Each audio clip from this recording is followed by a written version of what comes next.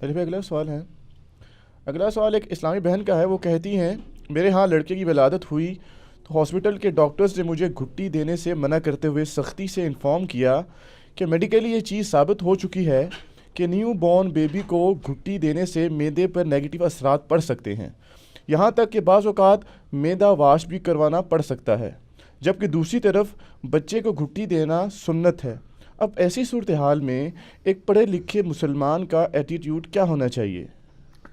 ایک پڑھے لکھے مسلمان کا ایٹیٹیوڈ یہ ہونا چاہیے کہ وہ صرف ایک ڈاکٹر کے اوپینین کے اوپر رلائے نہ کرے، بلکہ باقی ڈاکٹر سے بھی ایکسپرٹ اوپینین لے اور اس کی روٹ کاز کو ڈھونڈے کہ کیوں گھٹی کی وہ مخالفت کر رہے ہیں. گھٹی تو صدیوں سے انسانی ہسٹری میں ایک معاملہ چلتا آ رہا ہے اور اس کے کوئی نیگیٹو اثرات ہمیں تو نظر نہیں آئے. عین ممکن ہے کہ ہاسپٹل میں جو جراثیم والا سلسلہ ہے اس وجہ سے وہ کہتے ہوں کہ ہاسپٹل کے اندر آپ یہاں پہ گھٹی نہ دیں، وہ جراثیم اس میٹھی چیز میں ایڈ ہو جائیں گے اور بچے کے لیے مصیبت کھڑی ہو جائے گی. گھٹی دینا تو سنت ہے. صحیح بخاری اور مسلم دونوں میں یہ حدیث موجود ہے. اسما بنت ابی بکر کہتی ہیں سلام اللہ علیہا، سیدہ عائشہ کی بڑی بہن، کہ میرے ہاں جب عبداللہ ابن زبیر کی ولادت ہوئی تو وہ پہلا بچہ تھا جو ہجرت مدینہ کے بعد پیدا ہوا، تو مسلمانوں کو ایک بڑی خوشی ہوئی. تو عبداللہ ابن زبیر کو میں نے لا کے نبی علیہ السلام کی گود میں ڈال دیا، تو آپ علیہ السلام نے اپنے مبارک منہ میں کھجور چبا کے اس کو نیو بورن بیبی کو گھٹی دی. بلکہ مسلم شریف میں یہ بھی حدیث ہے کہ جب کبھی بھی اہل مدینہ میں سے کسی کے ہاں بچہ پیدا ہوتا تو سیدھا بچہ اٹھا کے نبی علیہ السلام کے پاس اور آپ سے گھٹی دلوایا کرتے. ظاہر سعادت کی بات ہے، نبی علیہ السلام کے تو ظاہر ہے تھوک مبارک میں برکت بھی ہے. تو نبی علیہ السلام نے گھٹی دینے کو ایز اے سنت رائج کی ہے، اور یہ صرف آپ کی سنت نہیں، آپ سے پہلے بھی یہ چیز چل رہی تھی. ہمارے سب کانٹیننٹ کے کلچر میں بھی چیزیں چل رہی ہیں، تو کوئی نیگیٹو چیز اس حوالے سے سامنے نہیں آئی ہے. خام خواہ چند لوگوں کے سننے پہ اس کے پیچھے نہیں لگ پڑنا چاہیے. میں آپ کو پرسنل ایک واقعہ بتاتا ہوں. میرے آفس کے ایک کولیگ ہیں، ان کے ہاں ایک بیٹی پیدا ہوئی، تو اس بچی کا ایک ایشو بن گیا معدے والا. بالکل نیو بورن بیبی تھی وہ. تو آپ کو پتہ ہے نیو بورن جو بیبی ہے اگر اسے پوٹی نہ آ رہی ہو تو پھر معدہ واش کروانا پڑتا ہے. تو ان کی اپنی سگی خالہ جو ہیں وہ گائناکالوجسٹ تھیں، تو انہیں ان کو فون کیا تو اس نے کہا کہ آپ اس طرح کریں کہ اسے گھٹی دیں شہد کی. تو انہوں نے کہا ڈاکٹر تو منع کر رہے ہیں. انہوں نے کہا ڈاکٹر نو چھڈو، تسی دیو گھٹی، میں بھی ڈاکٹر ہوں. شہد چٹایا جناب، سارا معاملہ صاف ہو گیا. تو وہ جو ڈاکٹر بغیر گھٹی کے معدہ صاف کرنے پہ تلا ہوا تھا، وہ شہد کی گھٹی کی برکت سے اللہ تعالیٰ نے اس کو چالو کر دیا. اور شہد میں تو ویسے ہی شفا ہے. وہ بخاری مسلم میں حدیث ہے نا کہ ایک صحابی کا یعنی بھائی تھا، اس کا پیٹ خراب ہو گیا، لوز ہو گیا. نبی علیہ السلام کے پاس آیا، آپ علیہ السلام فرمایا اسے شہد دو. وہ پھر حاضر ہوا، یا رسول اللہ وہ تو اور پیٹ خراب ہو گیا. پھر آپ فرمایا اور شہد دو. پھر آیا، ان کا اور خراب ہوا، فرمایا اور شہد دو. اللہ کا قرآن سچا ہے، یعنی سورہ النحل میں ہے کہ شہد میں شفا ہے، اور تیرے بھائی کا پیٹ جھوٹا ہے. چوتھی دفعہ جب ہوا تو اس کا پیٹ بالکل ٹھیک ہو گیا. تو اس طرح کے معاملات میں ان چیزوں کو دیکھنے کی ضرورت ہے کہ ہم نے انسانی ہسٹری میں بھی چیزوں کو لرن کیا ہوا ہے، میڈیکلی بھی چیزوں کو لرن کیا ہے. میڈیکل فیلڈ میں جب دو اس طرح کے اوپینین آ جاتے ہیں تو پھر یہ نہیں کہ آپ نے اس کو فالو کرنا ہے، اس کو ایز اے سنت فالو کریں. اور نیو بورن جو بیبی ہیں اس کے والے سے بھی یاد رکھیے گا، صحیح بخاری میں حدیث ہے، نبی علیہ السلام نے فرمایا جب کوئی بچہ پیدا ہو اس کی طرف سے خون بہاؤ اور اس سے اس کی گندگی کو دور کرو. اور وہ خون بہانے کی تفصیل جامعہ ترمذی میں آئی ہے کہ نبی علیہ السلام نے فرمایا کہ 7ویں دن بچے کی طرف سے عقیقہ کرو، لڑکے کی طرف سے 2 بکرے اور لڑکی کی طرف سے 1 بکرا. اور فرمایا کہ بکری بھی کر سکتے ہو، نر اور مادہ کا فرق کرنے کی ضرورت نہیں ہے، 2 بکریاں بھی ہو سکتی ہیں اور 2 بکرے بھی ہو سکتے ہیں. اور جامعہ ترمذی میں موجود ہے کہ 7ویں دن اس کا نام ڈکلیئر کرو اور اس سے گندگی دور کرو، یعنی اس کے بال مڑواؤ، اور اس کی طرف سے صدقہ بھی کرو. جو ایک ضعیف روایت ملتی ہے، ویسے وہ اس کو سپورٹ کر دیتی ہے یہ کہ وہ جتنا بھی آپ نے بال ریموو ہوئے ہیں اس کے عوض چاندی صدقہ کر دیں یا کوئی اور چیز اس کو تول کے، اور اس کے جسم سے بالوں کو ریموو کیا جائے۔ اسی طریقے سے ختنہ کرانا بھی سنت ہے، بخاری مسلم میں حدیث ہے کہ 5 چیزیں فطرت سے ہیں، ان میں ایک ختنہ کروانا بھی ہے۔ بلکہ صحیح بخاری میں ہے کہ یہ سنت سب سے پہلے حضرت ابراہیم علیہ السلام سے سٹارٹ ہوئی، انہوں نے آلموسٹ 80 سال کی عمر میں خود اپنے ختنے کیے تھے تیشے سے۔ تو اس سے یہ بات بھی پتہ چلی کہ بڑی عمر کے بندے کا بھی ختنہ ہو سکتا ہے، اور مدینہ شریف میں یہ چیز رائج تھی کہ ضروری نہیں کہ نیو بارن بیبی کا ختنہ کرنا ہے، بڑی عمر میں بھی بچوں کے ختنے ہوا کرتے تھے۔ بعض کا ڈاکٹر کہتے ہیں نا کہ بچہ کمزور ہے اس کے ختنے ڈیلے کر دیں، تو کر دینے چاہیے۔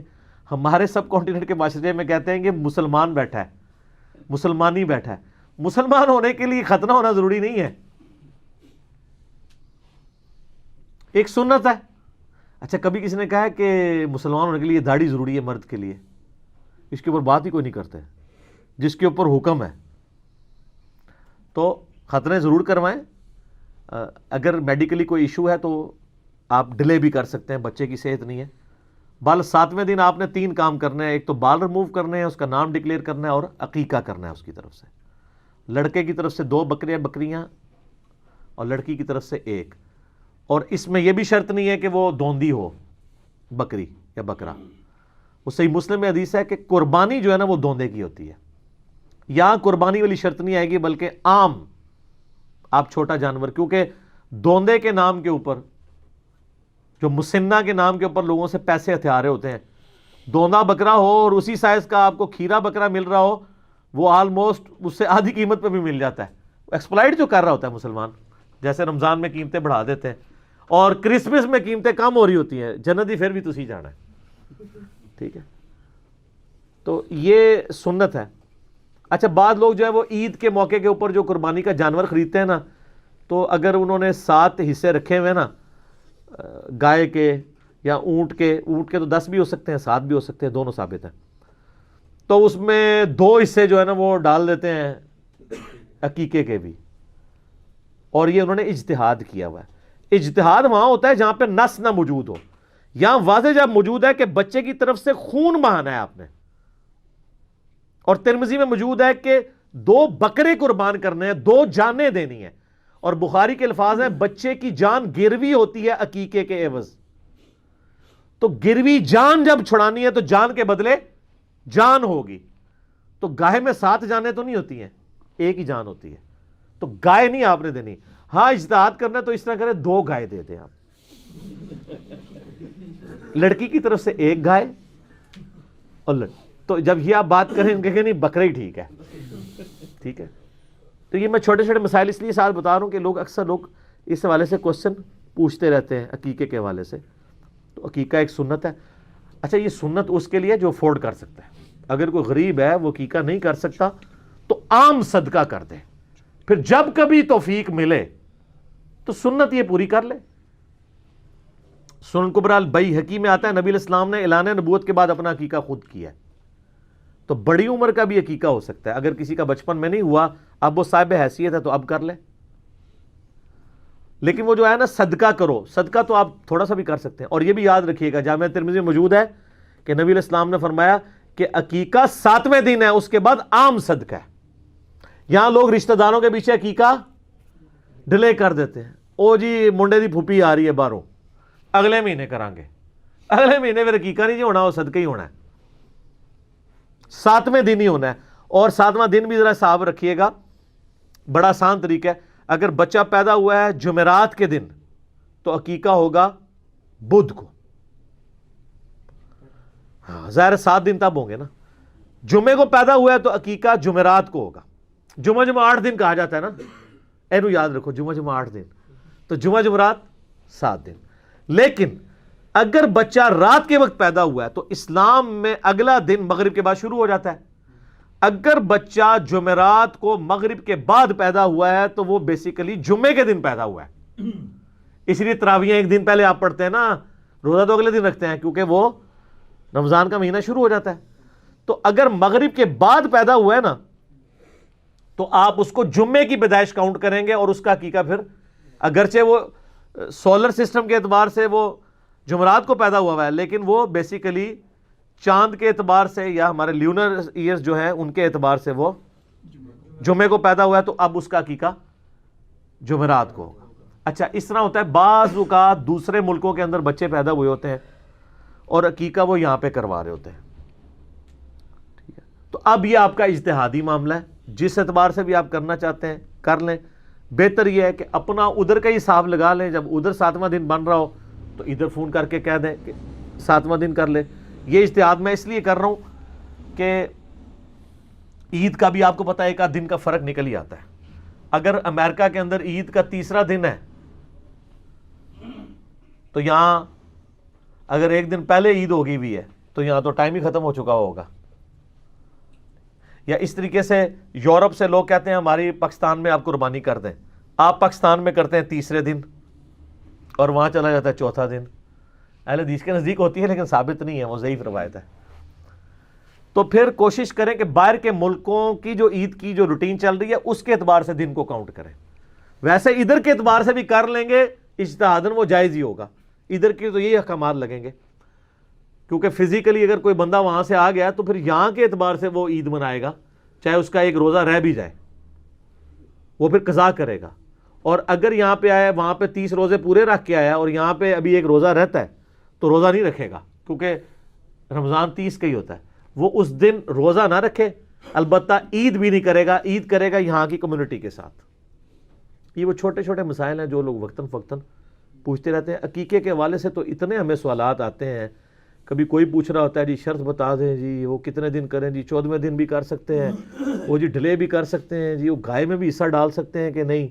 تو میں نے ساری باتیں, کوئی بات ایسی ہے عقیقے کے حوالے سے جو آپ کے ذہن میں ہو اس میں ان پٹ کے تو ہاں وہ ایک بکرے والی بھی جو روایتیں ملتی ہیں نا وہ کمزور اس حوالے سے تصور کی جائیں گی کہ اگرچہ حسن درجے کی ہیں کہ لڑکے کی طرف سے اور لڑکی کی طرف سے ایک ایک بکرا کیا جائے, روایتیں حسن درجے کی ہیں, لیکن اس کو ہم فالو اس لیے نہیں کریں گے کہ جب 2 والی روایت ملتی ہے نا تو ایک بھی اس کے اندر داخل ہے, کیونکہ وہ عموماً ملتا ہے نا, حکمیہ حدیث میں لی کہ 2 کرو. اور جس نے ایک روایت کیا ہو سکتا ہے اس نے ایک ہی قربان ہوتے ہوئے دیکھا ہو سیدنا حسن حسین کے حوالے سے, جبکہ دوسری روایتوں میں 2 بھی ملتا ہے, تو ہو سکتا ہے وہ ادھر ادھر ہوا ہو اور دوسرا بھی پیچھے سے قربان ہو گیا ہو. ایسے ہو جاتا ہے. صحیح بخاری میں عبداللہ بن عمر کہتے ہیں میں نے زور سے پہلے نبی علیہ السلام کے ساتھ 2 رکعتیں پڑھی ہیں. دوسری طرف بخاری مسلم میں جو احادیث ہیں وہ یہ کہ زور سے پہلے آپ 4 رکعتیں پڑھتے تھے, تو وہ 2 ان کے سامنے پڑھی ہوں گی, 2 گھر پڑھ کے آئے ہوں گے, یا ٹائم تھوڑا ہوگا تو انہوں نے 2 پڑھی ہیں, وہ والی 2 بعد میں پڑھ لی ہوں گی. وہ سنت موقعہ تو ہمیں واضح پتہ ہے, 2 فجر سے پہلے, 4 زور سے پہلے, 2 زور کے بعد, 2 مغرب کے بعد, 2 عشاء کے بعد, جو بخاری مسلم میں آتا ہے جنت میں محل ملے گا جو ان رکعتوں میں استقامت اختیار کرے گا. تو بعض اوقات اس طریقے سے رپورٹ, آج کل ہم جس طرح حدیث کو آئیڈینٹیفائی کر رہے ہوتے ہیں نا پورا میتھمیٹیکلی, اس زمانے میں یہ پاسبل نہیں تھا کہ اس طریقے سے چیزیں روایت ہوں.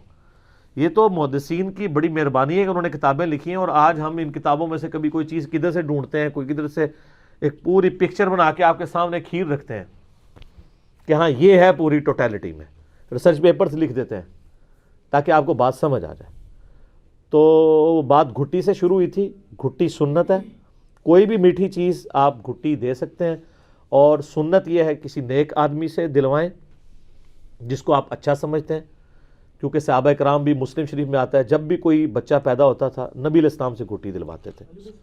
ہاں جی, یہ جو اناف کا جو موقف بتایا جاتا ہے کہ ان کے نزدیک یہ تھا کہ عقیقہ منسوخ ہو چکا ہے حکم اس کا قربانی کے بعد, یہ درست بات ہے کہ الزام ہے؟ نہیں, الزام نہیں ہے. غلام سعود سعیدی صاحب نے شرح صحیح مسلم کے اندر باقاعدہ فخریہ بتایا کہ ہم دیکھیں پکے مقلد نہیں ہیں. اگر ہم پکے مقلد ہوتے تو امام حنیفہ کے نزدیک عقیقہ جو ہے یہ زمانہ جاہلیت کی رسم ہے, منسوخ نہیں, زمانہ جاہلیت کی رسم. تو زمانہ جاہلیت کی تو کئی رسومات اسلام میں چل رہی ہیں اس لیے کہ وہ اصل میں ٹھیک تھیں. ان الصفا والمروہ من شعائر اللہ, اس کو بھی جو نیو مسلم تھے وہ سمجھتے تھے یہ مشرکین عرب کی رسم ہے, تو اللہ نے کہا نہیں یہ شاعر اللہ میں داخل ہیں. ٹھیک ہے, یہ نہیں ہے کہ مشرکین جو بھی کام کرتے تھے سارے ہی غلط ہیں.